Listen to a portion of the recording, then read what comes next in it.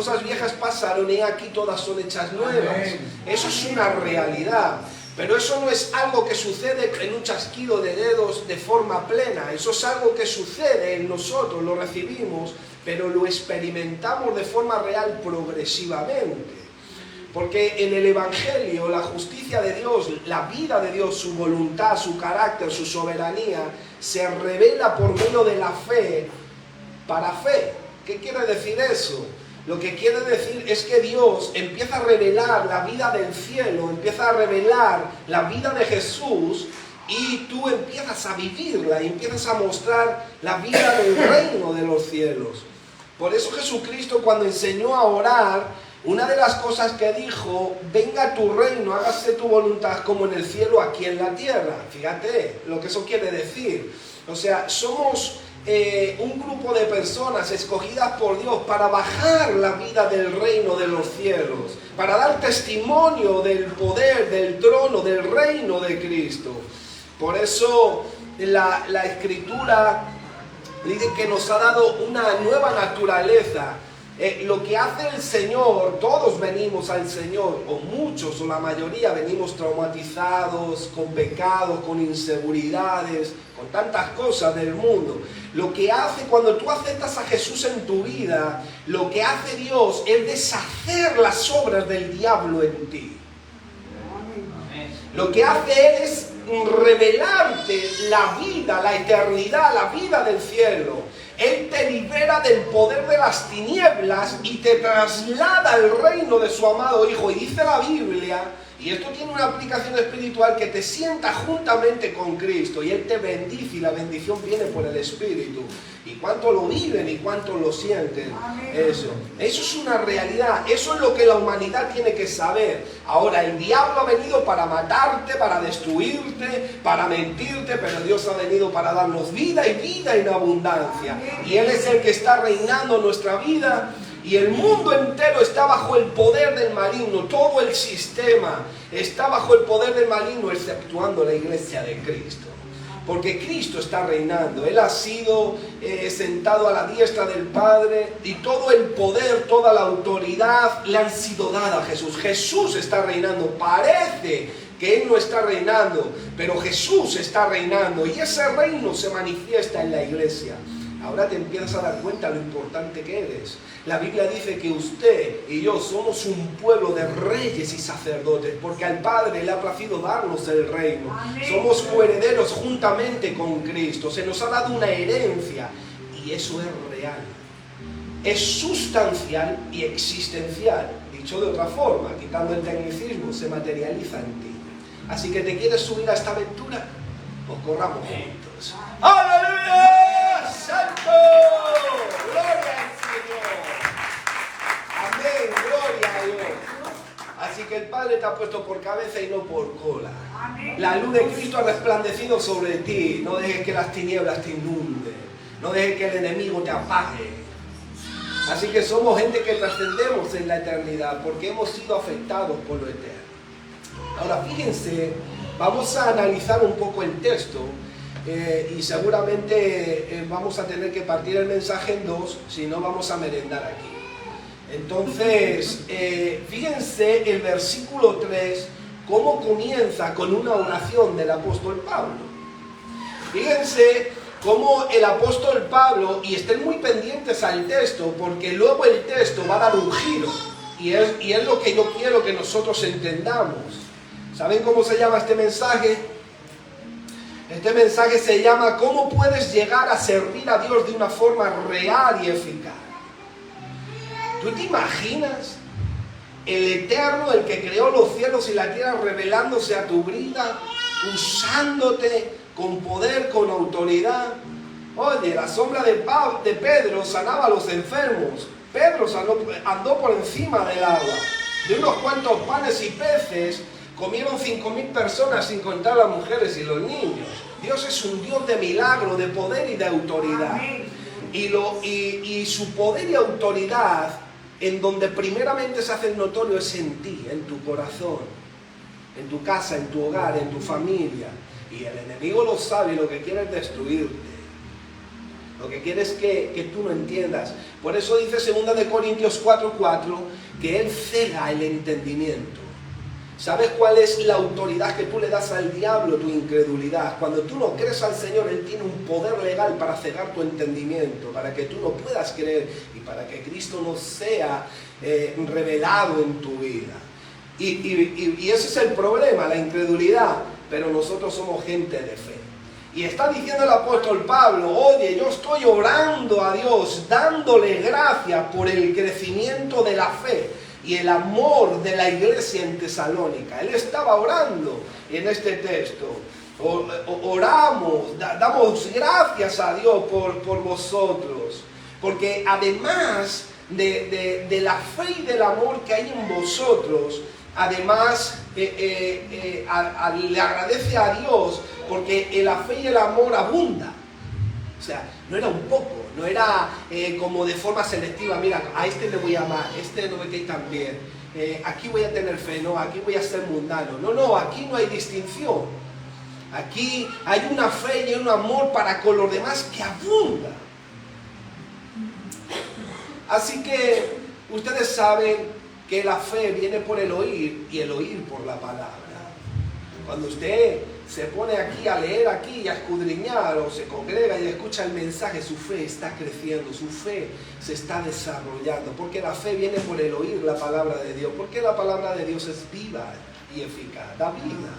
La palabra de Dios se materializa en nosotros.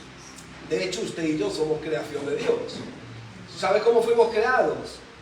Dice la Biblia que Dios dijo y fue creado. Eso no quieras entenderlo porque nos va a salir humo de la cabeza. Pero lo creemos por fe. Lo creemos por fe. Sabemos que Él lo ha hecho porque la Biblia lo dice y es la palabra de Dios. Fíjate, Él dijo y fue creado. Usted puede ver Dubái.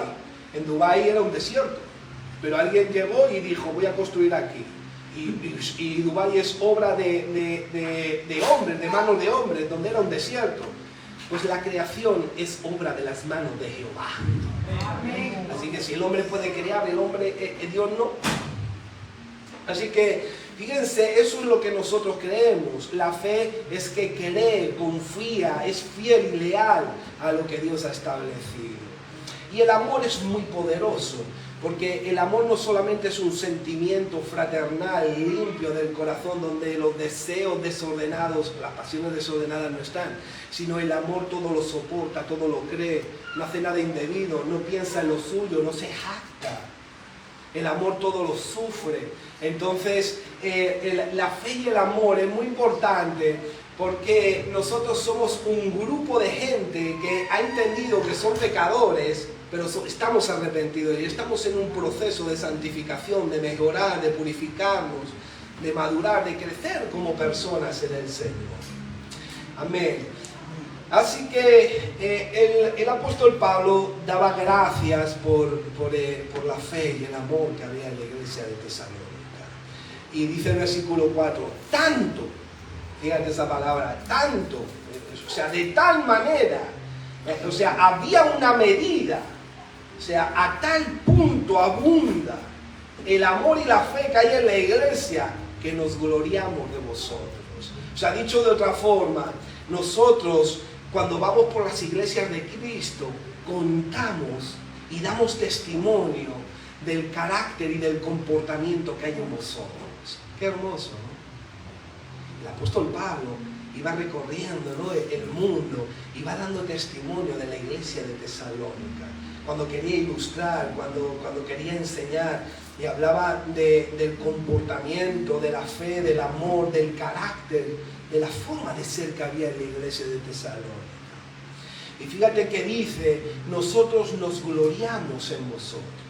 Aquí quiero detenerme un poco, porque en Gálatas 1:21 al 24 dice, cuando Pablo se convirtió al Señor, antes de que Pablo se convirtiera, Pablo era un asesino. Pablo, él encarcelaba a los cristianos y los obligaba a blasfemar, dice la Escritura. Él consentía en el asesinato de Esteban. Y era un hombre muy peligroso, muy temido por la iglesia. Como pudiera ser, no sé, el presidente de Corea del Norte. que lo que hace con los cristianos es tan duro y tan cruel. Oye, si no hay Dios, ¿usted por qué se molesta por los cristianos? Pero lo que le hace es terrible, mis hermanos, o en otros países. El asunto es que en Gálatas 1, 21 al 24 dice que las iglesias no lo conocían, pero oían que aquel que asolaba la fe, aquel que se comportaba de esta manera, ahora predicaba la fe, ahora predicaba el evangelio. Y la iglesia estaba impactada diciendo, wow. O sea, había gente que les había contado el comportamiento de Pablo, como Pablo estaba contando el comportamiento de la iglesia de Tesalónica. Ahí en ese texto estaban hablando de Pablo. Y entonces dice el versículo 24, un versículo muy corto, y glorificaban a Dios en Pablo. Ese versículo, mis hermanos, es un versículo muy profético. Porque fíjate que aquí Pablo estaba gloriándose de los hermanos. Esa palabra gloriándose es también jactancia, pero es una jactancia buena. Porque él se gloriaba. ¿Por qué se gloriaba? O sea, fíjate que en Gálatas Dios había producido un resultado en Pablo. Fíjate quién era Pablo. Es que no hay pecado que Dios no pueda liberarte, no hay estado emocional, psicológico, espiritual del cual Dios no pueda sanarte, Dios no pueda sacarte. Así que fíjate cómo Dios había producido un resultado en una persona como Saulo de Tarso.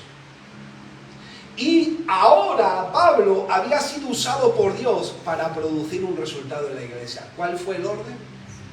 Dios generó un resultado en ti y luego tú en Cristo generaste un resultado en otros. ¿Ven? Es un patrón de los discípulos de Cristo. Se levanta el discípulo y luego ese discípulo discipula o genera otros discípulos, lógicamente con el poder del Espíritu Santo en la palabra. Así que por eso dice en el versículo 10, por cuanto, o sea, el por qué vosotros habéis creído a nuestro testimonio. Eso dice el versículo 10. O sea, ¿por qué? Porque al final lo que habían creído o habían conocido a Jesús había sido a través del testimonio de la persona. Así que esto no se trata tanto de lo que yo hablo y predico, sino de lo que yo vivo y soy. Yo puedo predicar mucho y no ser nada. Lógicamente aquí todos tenemos fallos y errores. Aquí no hay nadie que pueda tener una piedrecita, pero me explico, ustedes me entienden. Yo no puedo ir predicando algo y luego ser un inmundo, un pecador, alguien que está pisando la sangre de Cristo de forma deliberada. Pero en Tesalónica habían aceptado el testimonio de Pablo, porque veían a Jesús, veían a Cristo en Pablo, y entonces lo habían aceptado. O sea, es decir, Pablo se convirtió en un discípulo de Jesús y ahora había hecho discípulos para Cristo. Y fíjate que él sigue dando gracias y dice ya no por el amor y la fe que también, sino por vuestra paciencia. Esa palabra paciencia lo que está hablando es que hay una perseverancia, un aguante y una resistencia en la fe. Cuando la que soportáis, cuando tenéis que soportar la persecución y la tribulación. Es decir, había una paciencia, una resistencia, un aguante, una perseverancia. Cuando por causa del evangelio, del testimonio, los perseguían y los afligían, seguían subidos en la fe y en el amor de Cristo. No tomaban la venganza, no pagaban mal por mal. Era gente que cuando los perseguían y los afligían, seguían en el amor, seguían en la fe. En su casa, con los hermanos, en la sociedad, en el trabajo. ¿Por qué? Porque eran conscientes de lo que Cristo les había perdonado a ellos. Eran conscientes de lo que habían recibido en cuanto a la nueva naturaleza que hablábamos al principio. Porque ser cristiano es un evento sobrenatural donde Dios te va a dar una nueva vida. Amén. Y eso es real. Eso sucede y muchos podemos dar testimonio de eso.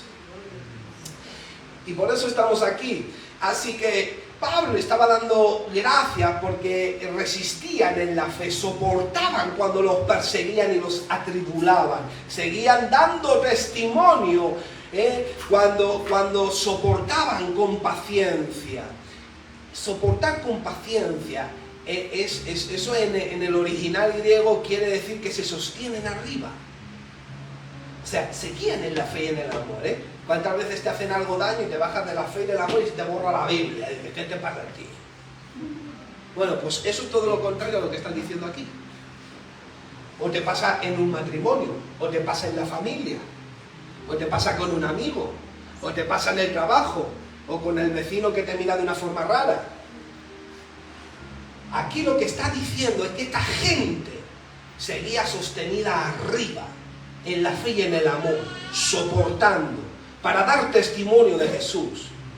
Cuando los perseguían, cuando los afligían, que muchas veces la gente ni te aflige, simplemente que tenemos un carácter y a veces mala leche, y un simple gesto produce en ti algo que no es bueno. Y entonces el Señor nos está tratando con nosotros. La vida es un entrenamiento, la familia, la casa, el hogar, el trabajo. El problema realmente está en nosotros. Ese problema había que sacarlo. Bueno, pues esta gente, mis hermanos, la gente en Tesalónica era una gente madura, desarrollada, entendida. Y fíjate cómo ellos soportaban con paciencia, se mantenían en pie a pesar de la aflicción, de la angustia. Retenían el valor bajo presión, no dejaban de valorar a Cristo o de darle el valor y la dignidad que se merece a lo de Cristo. Seguían en pie, seguían encima del amor y de la fe, caminando a pesar de la circunstancia, de la oposición, del sufrimiento, del ataque espiritual. Seguían dando testimonio del Evangelio, dando testimonio de la salvación, no se bajaban. Oye, esta gente en Tesalónica era fuerte, era valiente. Y fíjate en el versículo 5, ahora de repente dice, esto es demostración del justo juicio de Dios. Fíjense, analicemos un poco esto. La señal de que Dios actúa y opera en el creyente es el testimonio. Esta es la demostración. Y fíjense que el texto viene hablando en tiempo presente, no viene hablando en un futuro, que ahora veremos que también habla de la venida del Señor. Pero habla en tiempo presente. Tú eres la demostración del justo juicio de Dios. Por eso los cristianos lo matan en países. Por eso lo persiguen y lo rechazan cuando predicamos el Evangelio. Por eso la vida del cristiano expone las obras de la gente. Porque Dios, la humanidad es creación de Dios. Todos tenemos una conciencia. Dice la Biblia en Eclesiastés que Dios puso su eternidad en el corazón, y en Romanos capítulo 2 dice que Él puso su ley en el corazón. A que todos sabemos lo que es una mentira. Entonces, ¿por qué hay una moral? A que todos sabemos lo que es criticar a alguien, chismosearle, hacerle daño a alguien, codiciar, robar, matar. ¿Por qué sabemos eso? ¿En qué momento lo hemos aprendido? Porque el Señor lo pone en el corazón, y eso es una moral que se dice. Entonces, ¿qué pasa? Que la vida de Jesús, esa es la demostración del justo juicio de Dios. La forma en la que la iglesia en Tesalónica tenía su carácter, su forma de ser, era la evidencia y la prueba de lo que es justo, la forma de vivir de la iglesia de Tesalónica era la demostración de la vida del Evangelio. Y fíjate al nivel que lo pone, del justo juicio de Dios, porque un día los libros serán abiertos y todo el mundo, todas las generaciones serán juzgadas, dice Apocalipsis. Pero, ¿qué quiere decir esto? Que tú eres la prueba de lo que es justo en Cristo. Tú eres la prueba de lo que Dios hace. Tú eres la evidencia y el fruto de Cristo que muestra una nueva vida, que muestra la fe en Jesús, que muestra el amor de Dios, que muestra la paciencia, la lucha y la pelea, porque Cristo ha sido revelado a tu vida. Ese es el misterio escondido desde las edades y desde los tiempos, que ahora la iglesia le ha sido revelado. Así que fíjate que tu forma de ser, tu carácter, tu forma de vivir en Cristo, lo que acarrea es condenación al mundo. Es la prueba de que son culpables. La Biblia dice que los que sean tenidos por dignos juzgarán al mundo sentado juntamente con Cristo. Recuerden que esto es un asunto de fe. Yo creo que lo que la Biblia dice es verdad. Amén. Un momento, en un abrir y cerrar de ojos, seremos transformados. Y dice en 1 de Corintios, capítulo 6, versículo 2, dice que nosotros juzgaremos al mundo con Cristo. ¿Te imaginas a las personas que usted le ha hablado de Jesús? A las que le dio testimonio del Evangelio y lo rechazaron y se rieron y no quisieron y dijeron, a mí me da igual. Volverán a vivir ese momento y usarán, y el Señor va a usar tu vida, ¿te acuerdas? Esta persona cómo era, lo que te dijo, pero tu forma de ser pone en relieve la forma de ser del mundo, crea incomodidad, mi hermano.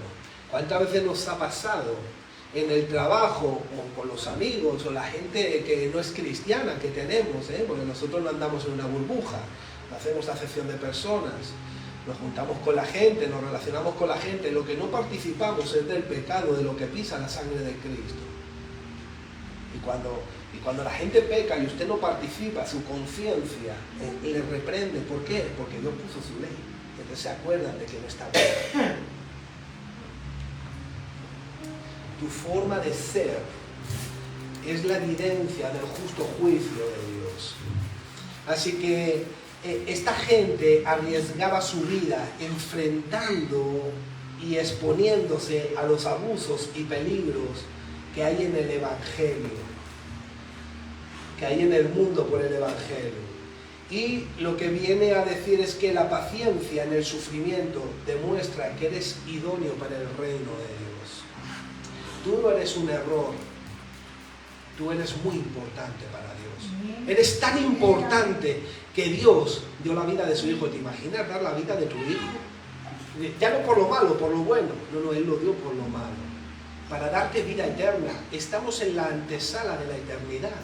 Oye, eso genera alegría, gozo, alabanza, celebración. Amén. Cuando tú ves este mundo caótico, patas arriba, ¿cómo está? Con toda su oferta y demanda, descomponiéndose moralmente. Un mundo ya satanizado, demonizado, sodomizado. ¡Qué tremendo! Ayer estaba viendo esta semana un rapero y dijo así, dice, yo soy satánico, yo adoro a Satanás, yo le vendí mi alma al diablo. ¿Y sabes lo que dijo ese satánico? Toda la música del mundo es satánica. Eso lo dijo un rapero que es satánico, que va con su estrella satánica, con el pentagrama, que va colgado aquí, un rapero que está forrado de dinero. ¿Por qué? Porque el diablo te tienta con todos los reinos y la gloria de ellos. Y hay gente que se lo come y prefiere vender su alma al diablo. Lo que no sabe es que cuando entra en el infierno y le empieza a quemar el fueguito, va a decir, ¡ay, Dios mío! ¿Cómo no? Porque será, dice, hemos leído en el texto, una tristeza, una perdición eterna. No hay retorno, mis hermanos. ¿Usted se cree que Cristo sufrió tanto? ¿Quién ha visto la pasión de Cristo? ¿Tú te crees que Cristo sufrió tanto? No, fue por ti, por mí. Eso era lo que tú y yo merecíamos. Hay una nueva perspectiva, una nueva vida en el Señor.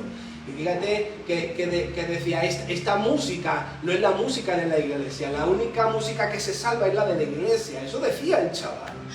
Oye, y yo dije, me lo encuentro un día por la calle, le voy a decir, te doy las gracias, satánico, por tu sinceridad, porque hay muchos cristianos que todavía no se enteran. Y un satanista se entera. Oye, te doy las gracias por tu sinceridad, de verdad.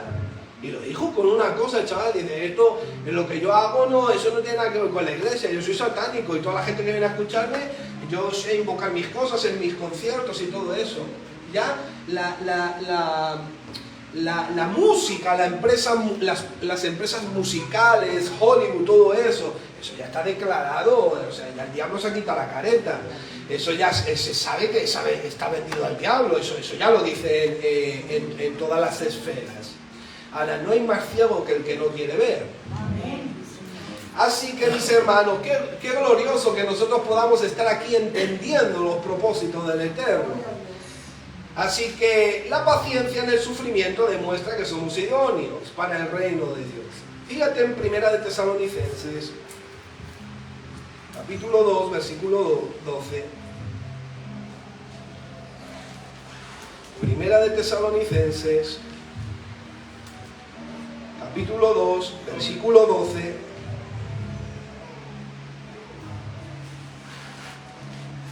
Está diciendo: y os encargamos que anduvieseis como es digno de Dios, que os llamó a su reino y gloria. ¿Dónde está el llamado de la iglesia? Al reino de Dios y a su gloria. La gloria tiene que ver con su presencia, con todo lo que Él es, con todo lo que Él abarca. Y fíjate que el versículo 5 del texto que estamos estudiando está diciendo: para que seáis tenidos por dignos del reino de Dios, por el cual asimismo padecéis. Vivir el reino de Dios en un mundo como en el que estamos no es fácil, se padece. Uno mismo siente la seducción, la atracción, tiene que pelear contra uno mismo. Pero hay poder en Cristo, hay poder en el Espíritu Santo, hay determinación, tenemos poder para escoger. Así que fíjate que la iglesia padece por el reino de Dios, porque anda de acuerdo a lo que el reino de Cristo requiere y demanda. Ahora, en Hebreos 8:10, el Señor profetizó hace unos miles de años en el profeta Ezequiel y Jeremías. El pueblo de Israel no pudo cumplir con la ley de Dios, pero Dios le dijo: llegará unos días que te daré una nueva mente y un nuevo corazón, y pondré mi ley sobre tu mente y la escribiré sobre tu corazón. Escuchen, una nueva mente, un nuevo corazón. ¿Tienes fe para creerlo? Fe para recibirlo y fe para vivirlo, porque suceden, las cosas suceden, mis hermanos. Si no, que iba a estar este triste pecador aquí arrepentido con una nueva vida, como Pablo decía: no me veis a mí que yo de los pecadores soy el más grande, que asolaba a la iglesia, que consentía en el asesinato.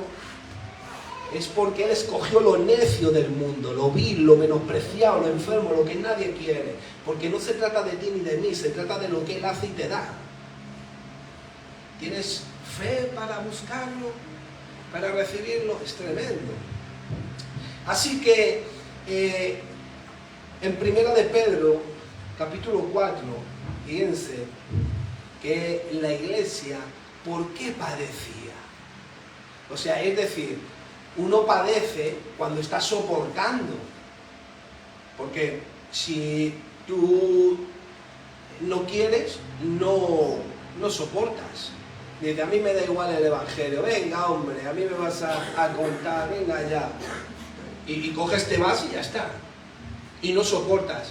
¿Pero por qué soportamos? Porque nos pasa como a Moisés, que era uno de los príncipes de Egipto, y prefirió ser vituperado con Cristo porque tenía el corazón y los ojos puestos en el galardón. Y eso es lo que nos pasa a nosotros, que ahora entendemos y vemos el galardón que tenemos en Cristo. Sabemos a quién servimos. Y por eso nosotros soportamos, afligimos la aflicción, como le pasaba a los tesalonicenses. Fíjate en 1 de Pedro 4:1, por favor. 1 de Pedro 4:1. puesto que Cristo ha padecido por nosotros en la carne, vosotros también armaos del mismo pensamiento, pues quien ha padecido en la carne terminó con el pecado. ¿Cómo se termina con el pecado? Padeciendo en la carne. Versículo 2, por favor. Para no vivir el tiempo que resta en la carne conforme a las concupiscencias de los hombres, eso quiere decir la naturaleza caída de los hombres, sino conforme a la voluntad de Dios. Versículo 17, por favor, de este mismo capítulo. Porque es tiempo de que el juicio comience por la casa de Dios, y si primero comienza por nosotros, ¿cuál será el fin de aquellos que no obedecen al Evangelio? Versículo 19. De modo que los que padecen según la voluntad de Dios encomienden sus almas al fiel Creador y hagan el bien. ¿Qué estaba yo diciendo al principio? Lo que yo estaba diciendo es que cuando nosotros venimos a Jesús y recibimos a Jesús en el corazón, una de las cosas que sucede es que Dios pone su palabra en nuestro corazón. Lo que antes para nosotros era un deleite en el pecado, en el mundo, ahora es un padecimiento. Porque ahora conocemos a Jesús, ahora sabemos que Él es real. Ahora es que nosotros lo entendemos, porque el Espíritu Santo nos ha dado testimonio. Ahora es que lo vivimos, ahora es que se ha materializado. Y entonces los pecados de la carne nos hacen sufrir, padecemos. ¿Por qué? Porque la ley de Dios ha sido puesta en tu mente y en tu corazón. Por eso hay gente que sigue pecando, porque no tiene la palabra. El que tiene la palabra padece en su carne. ¿Dónde mata al pecado? En su carne.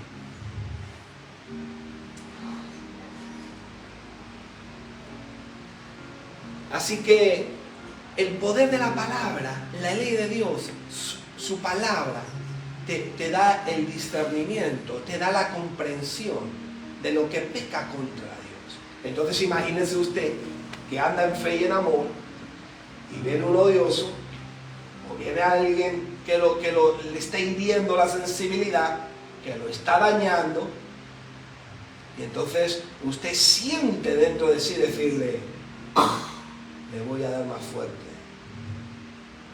Y Jesús te dice: pero yo morí por ti. ¿Eres tú mejor que él? Entonces tú te pones a pensar y dices: no, yo era peor. Si era peor, si a ti se te perdonó esa deuda, ¿por qué no le perdonas tú a él? ¿Recuerdas la parábola de los dos deudores? Eso no quiere decir que yo tenga que aceptar el pecado, y no quiere decir que yo tenga que correr ahí. Y estamos hablando de forma general. Luego hay casos que hay que analizarlo, ver qué es lo que está pasando. Para eso está la consejería de la iglesia. Pero el asunto es ese. Nosotros padecemos por Cristo. ¿Por qué? Porque si no estuviéramos con Cristo, estuviéramos satisfaciendo todos los conflictos emocionales, sacando derecha e izquierda, golpeando todo el rato, golpeando más fuerte. Y la Biblia dice: ama a tu enemigo, bendice a que te maldice, ora por el que te ultraja, paga bien por mal. ¿Por qué? Porque nosotros damos testimonio de Jesús, de que hay una salvación, de que hay un recurso nuevo, de que hay algo nuevo. Tú has visto toda la historia que nos han contado aquí en este mundo, en España. Nosotros los españoles que hemos sido unos mimados toda nuestra vida. Ahora que empieza a estar el país así un poco, pero en España hemos tenido de todo. No es como en otros países. Bueno, pues es todo un sistema anticristo en contra de Jesús. Porque no hay una cosa peor que uno ponga el corazón en la comodidad, en la prosperidad, en la oferta y la demanda del mundo. ¿A cuánta gente está separando del Señor el materialismo, las corrientes del mundo? Un montón. ¿Por qué? Porque el mundo entero, dice la Biblia, está bajo el poder del maligno. Ahora, no quiere decir que yo no pueda usar de una cena en un restaurante con mi esposa, tener un coche, un buen pantalón, todo eso. El problema es cuando tú pones el corazón en las cosas del mundo. Ese es el problema. Entonces, si a alguien del mundo yo lo golpeo y yo no soy capaz de padecer un poco en comparación con lo que padeció Cristo en la cruz por mí, ¿qué testimonio le voy a dar yo de la fe y del amor a alguien? Si soy un vengativo, iracundo, soberbio, orgulloso, no perdono, ¿qué evangelio? ¿Qué testimonio tenemos en el evangelio? Entonces por eso nos fortalecemos en la fe y en el amor.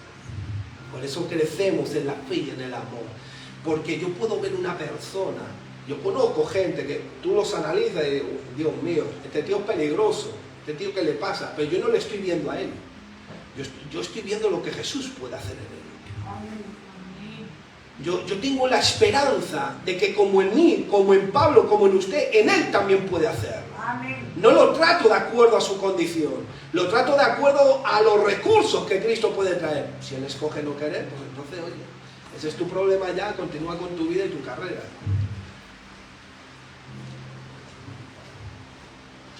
Pero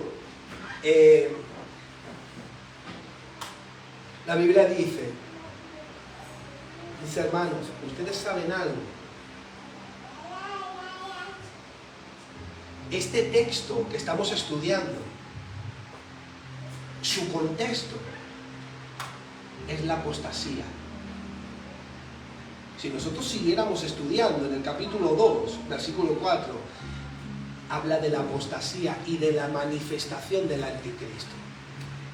Mucha gente está jiji jaja con el anticristo, pero no sabe que el Papa Francisco que murió sacó un moloco, un Baphomet, en un rincón cuando estábamos confinados.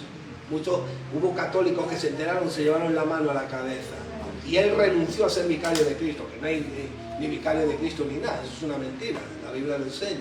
Todos representamos a Jesús, no solamente un hombre. Y Jesús dijo, no le llamáis Papa a nadie en la tierra, porque un Padre hay, el que está en los cielos. Entonces, ¿qué pasa? Que la gente, la Biblia dice, mi pueblo perece por falta de conocimiento. Tenemos que estar atentos a las señales. Entonces, mis hermanos, ¿en qué está en un contexto de la apostasía? La iglesia padece por el reino de Dios. Pero fíjate, mis hermanos, que estos estaban padeciendo y teniendo que soportar tribulación y persecución, no solamente fuera, también dentro. ¿Quién crucificó a Jesús? Los sacerdotes de la época, porque estaban dentro. ¿Qué es la apostasía? La apostasía es aquellos que parecen cristianos, que están dentro y se divorcian de la fe. El apóstol Juan dice, muchos anticristos han salido por el mundo, pero salieron de nosotros. ¡Qué terrible! ¡Wow! Estaban padeciendo no solamente de los de afuera, también de los de dentro. Porque su contexto es la apostasía. Versículos del 6 al 9. Pero cuando el Señor se manifieste, las tornas van a cambiar. Ahora estaban sufriendo persecución. Ahora los estaban afligiendo, atribulando, pero ellos se mantenían como valientes ahí en la fe, en el Evangelio, en la vida del Espíritu, en el poder de la palabra, se mantenían firmes ahí, aguantando. Y el Señor les estaba diciendo por medio del Espíritu Santo, no se preocupen, eso es ahora. Pero las tornas van a cambiar, porque los perseguidores, entonces, cuando yo venga, sufrirán la tribulación ellos. Y es una tribulación eterna, ahí ya no hay retorno. Por eso es tiempo de aceptar a Jesús, de recibir a Jesús, de recibir el Espíritu Santo, de creer a la palabra de Dios, porque no sabemos cuándo partimos de este mundo.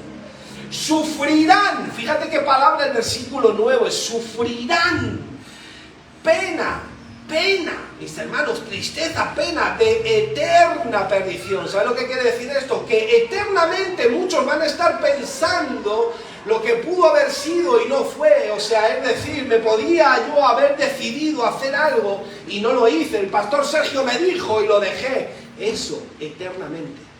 Eternamente. No habrá retorno. No habrá retorno.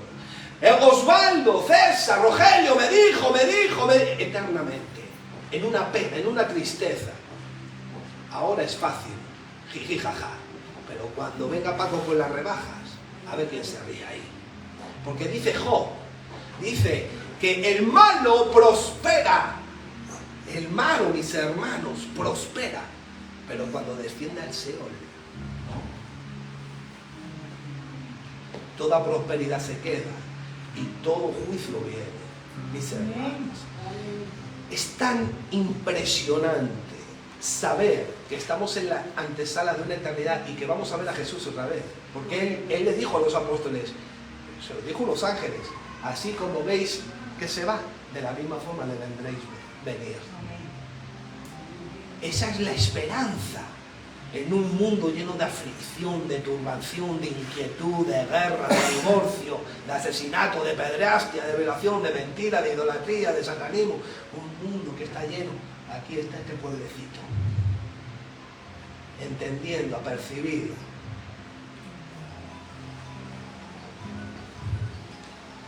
Así que, ahora, fíjense, mis hermanos, y aquí nos vamos a despedir. Fíjense cómo nosotros venimos hablando, cómo el apóstol Pablo estaba hablando de la iglesia en Tesalónica. Fíjate al nivel que Pablo lo estaba poniendo a la iglesia. Cómo viene dibujando el texto, una iglesia tan hermosa en todo lo que ya hemos comentado. Fíjense el versículo 11 lo que dice. Por lo cual asimismo oramos siempre por vosotros. Otra vez orando. ¿Cuántos saben que la oración es la clave? Usted sabe que cuando usted ora le está mandando un mensaje al cielo diciendo no puedo manejarme con mis recursos, necesito lo que tú me das. ¿Tú sabes cuando Dios te responde del cielo? Eso sí que impacta. ¿Cuántos han recibido cosas del cielo? Eso es tremendo. Y mis hermanos, yo cuando escuchaba estas palabras yo decía, esta gente está peor que yo. Esta gente está peor que yo, que estoy marihuanao.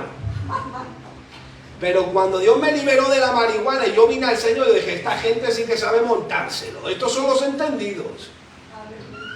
Y yo siempre que había subestimado a la iglesia diciendo, vaya pardillo. No, el pardillo era yo. El pardillo era yo. Me hablaban del evangelio y decían, no me cuentes películas que me las he visto todas. Cuando vengo a Cristo me di cuenta que no he visto nada.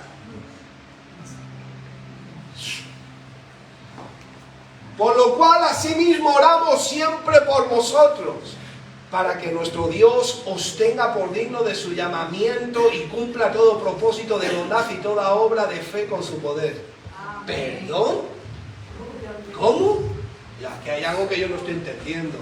O sea, tú me vienes a mí hablando de la iglesia de Tesalónica en el contexto que estamos estudiando, y mi hermano Pablo vuelve a orar otra vez a Dios para que la iglesia sea tenida por digna del llamamiento y Dios cumpla todo propósito. Oye, pero no lo estaba cumpliendo. ¿Qué quiere decir esto? Yo no sé si estamos cumpliendo la primera parte de la palabra, fíjate. Solamente la primera parte de lo que hemos estudiado. No sé si estamos al nivel de eso. Pero la segunda parte, o sea, ahora el apóstol Pablo se pone a orar.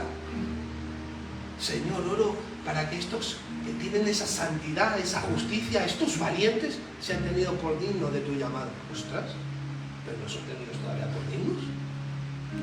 ¿Qué quiere decir esto? ¿Saben cómo se titula el mensaje de hoy? O sea, ¿alguien se acuerda? ¿Cómo puedes llegar a servir a Dios de una forma real y eficaz? Porque muchas veces creemos que estamos sirviendo, pero ni lo conocemos. Muchas veces nos pensamos que somos muy espirituales y no hemos visto nada. Esta gente, con ese testimonio, esa entrega, esa lucha, el apóstol Pablo dice, ¿qué quería decir el apóstol Pablo? ¿Qué nos quiere revelar el Espíritu Santo? ¿Qué nos quiere decir Dios a esta casa? Bueno, lo veremos el domingo que viene. ¡Qué tremendo! ¡Qué impresionante! A mí esto me deja de verdad como diciendo, ¿dónde están los estandartes para ser digno de su llamado. ¿Sabes lo que es la dignidad del llamado? Usted viene a Cristo y le entrega su vida a Jesús. Usted tiene un encuentro con Jesús, nace de nuevo, entonces usted empieza una vida de santidad, una vida por el Espíritu, conociendo a Jesús. Aquí discipulamos, aquí enseñamos, aquí formamos, aquí sembramos la vida de la gente, la vida espiritual, te vas formando y llegas a niveles de santidad, de justicia, y pasa como con Pablo. Estoy orando para que seas digno de tu llamado. ¿Sabes lo que es el llamado? Dios te ha dado un don y te ha dado un ministerio. Algo sobrenatural Dios va a hacer contigo. ¿Lo puedes creer? Amén. Pero hay un recorrido secuencial, progresivo. No os cuento más, que es que me meto el domingo que viene. Domingo mejor, que esta gente come mucho. Al final se me comen todo y no puede ser. Mejor vamos a quedarnos ahí. Amén. Vamos a ponernos de pie por un momento, por favor. Si alguien tiene necesidad de que oremos por él, pase por aquí. El Señor te está llamando. El Señor quiere sanarte, quiere salvar tu vida. Si no has confesado a Jesucristo como tu Señor, por favor, y te has sentido identificado con la palabra, levanta tu mano, vente por aquí y vamos a orar por ti.